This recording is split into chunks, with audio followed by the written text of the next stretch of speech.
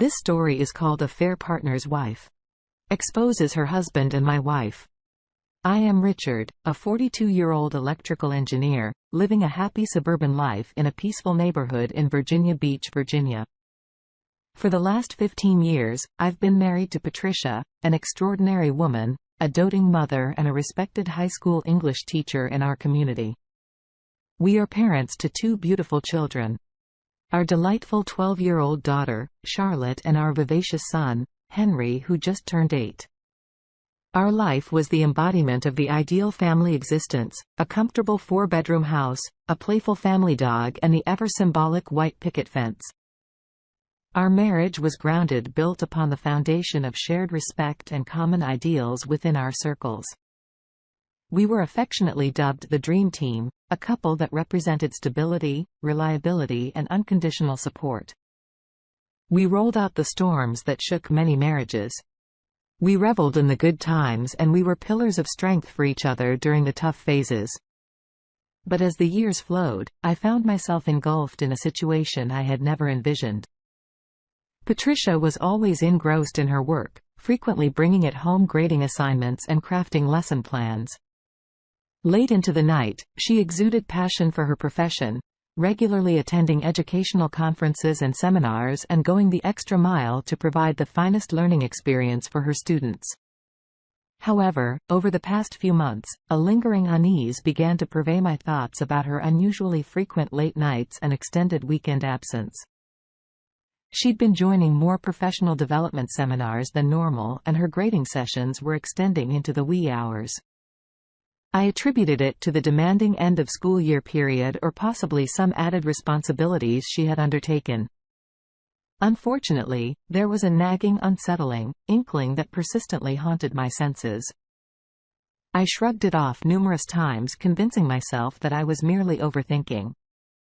After all, we were Richard and Patricia, the perfect pair. The ones who seemed to have it all figured out. The trajectory of things took a sharp turn one afternoon when Patricia dashed off to another seminar, accidentally leaving behind her cell phone. The device buzzed and beeped, relentlessly signaling incoming messages that she would ordinarily respond to in an instant, overpowered by curiosity. I found myself picking up her phone. The screen was flooded with messages, all from a certain mark and name unfamiliar to me.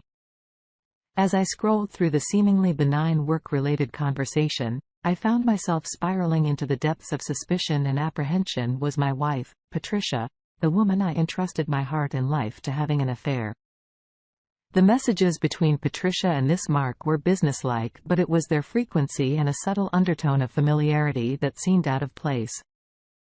I was stumped. Was I reading too much into it?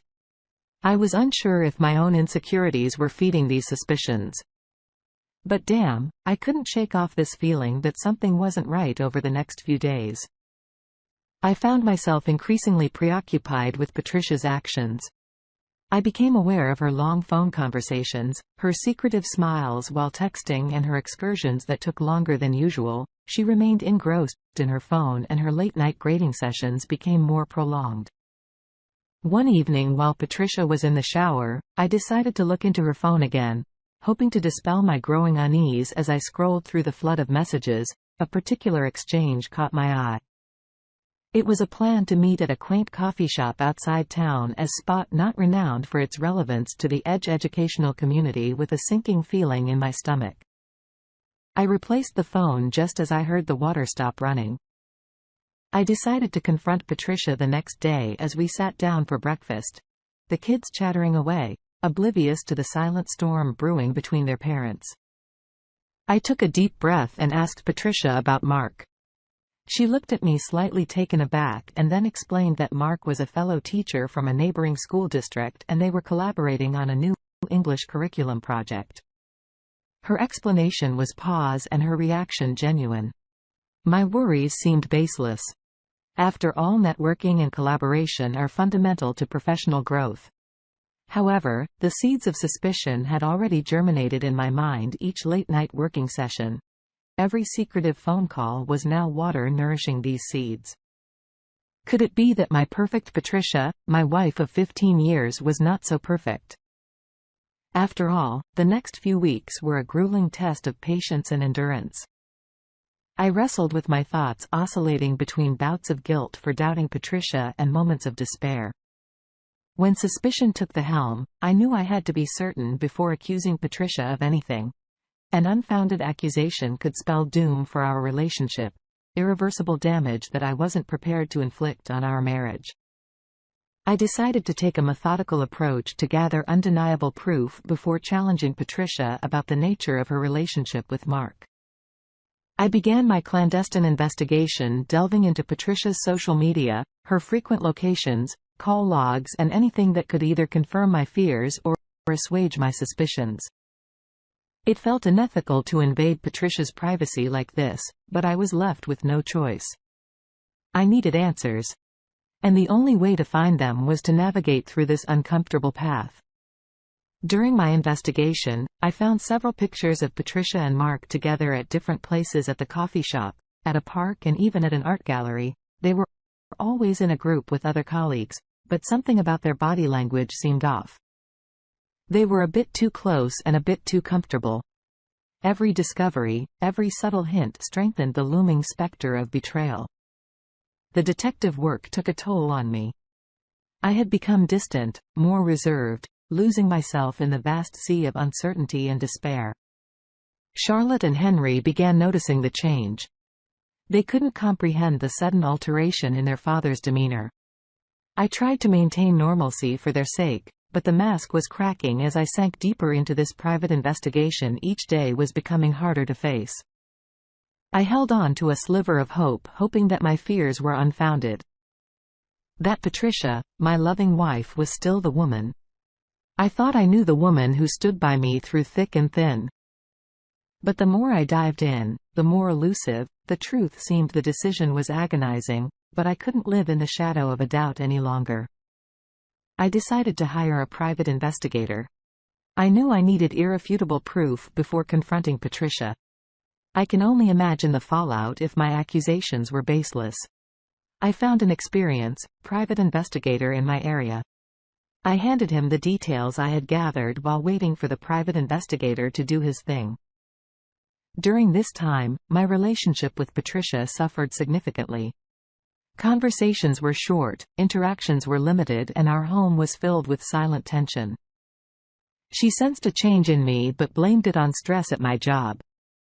I wanted to hold her, kiss her, but every look at her reminded me of the lurking suspicion and the impending revelation.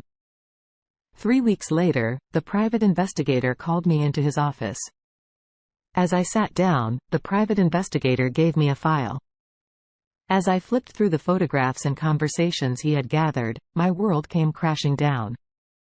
There were pictures of Patricia and Mark in intimate situations, a sight that felt like a knife twisting in my heart. The friendly meetings and the professional collaboration were all a smokescreen. I was thunderstruck. The woman I had loved and trusted was living a dual life. One that didn't include me. The evidence was irrefutable. It was a defining moment in my life at point of no return. I realized that all the signs were there, but I had chosen to overlook them, trusting in the love that I thought we shared. I was in a daze the whole way. When I drove back home, I had decided to speak to Patricia the next day to lay bare the reality and seek answers to the countless questions that haunted me. The next day I confronted Patricia about my suspicions. I then told her I knew about her and Mark. She says, "I don't know what you are talking about." I presented her with the file. A silent testament to her betrayal. As she flipped through the pages, her features softened, surrendering to the stark reality of her deception. She seemed to shrink before my eyes. The confident woman replaced by a fragile figure burning with guilt. "I didn't mean for this to happen," she said. I remained silent, waiting for her to continue. "I was lonely and he was there," she continued.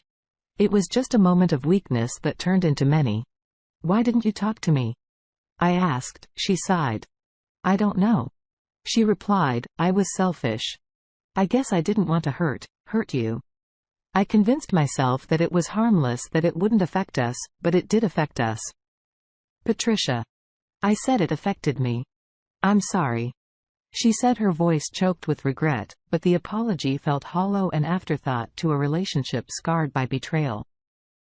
I spent the rest of the day locked away in my study reflecting on the morning's revelation and contemplating my next steps. I couldn't stay with Patricia. Not after the breach of trust, but the thought of ending our 15-year marriage was daunting and unwelcome conclusion to a love story that was supposed to last forever. The following day, I contacted an attorney to get the divorce process started. When I had a meeting with my attorney, he told me to keep my emotions in check, handing me a stack of forms. "This is a legal matter. Now your feelings can cloud your judgment." His words echoed in my mind. I was contemplating the division of our assets. Patricia and I had built a substantial estate together, but now it felt like a pile of rubble. A testament to the ruins of our relationship. We owned a beautiful home, an investment property, and had a substantial amount of savings. My business was thriving and Patricia had a successful career of her own. We had to decide who got what during this period. Patricia and I barely interacted. Our once vibrant home had transformed into a silent battlefield. Each of us licking our wounds in our separate corners. She moved into the guest room and our interactions were limited to brief cold exchanges about divorce proceedings. I was determined to keep things civil to separate without animosity. But every time I saw Patricia, I felt a wave of anger, but I had it under control, a reminder of the wound that was yet to heal. I had to remind myself that this wasn't about revenge. It was about moving forward, about healing from the pain she had inflicted. We didn't go in front of a judge. We both agreed to mediation. We both had our own attorneys. After days of negotiation and countless revisions, we finally agreed on a settlement.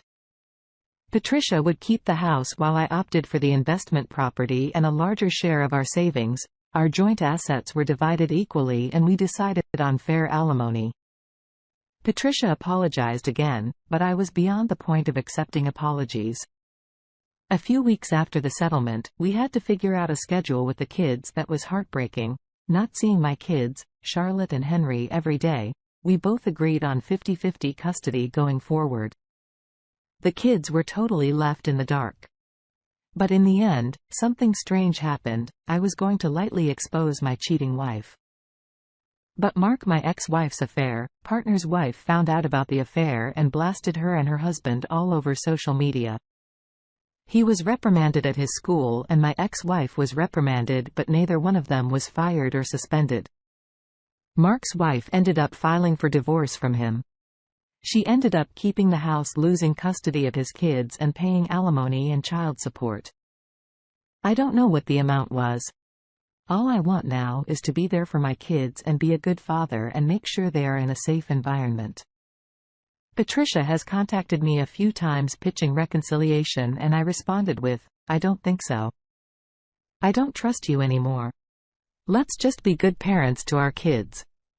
The advice I want to give anyone that is suspecting their spouse is cheating is don't ever overlook the red flags because you think they have a job that usually brings stress. Investigate regardless. I decided to not act sooner because I thought my wife was just under a lot of stress. Don't fall for that shit. Investigate as soon as you encounter red flags.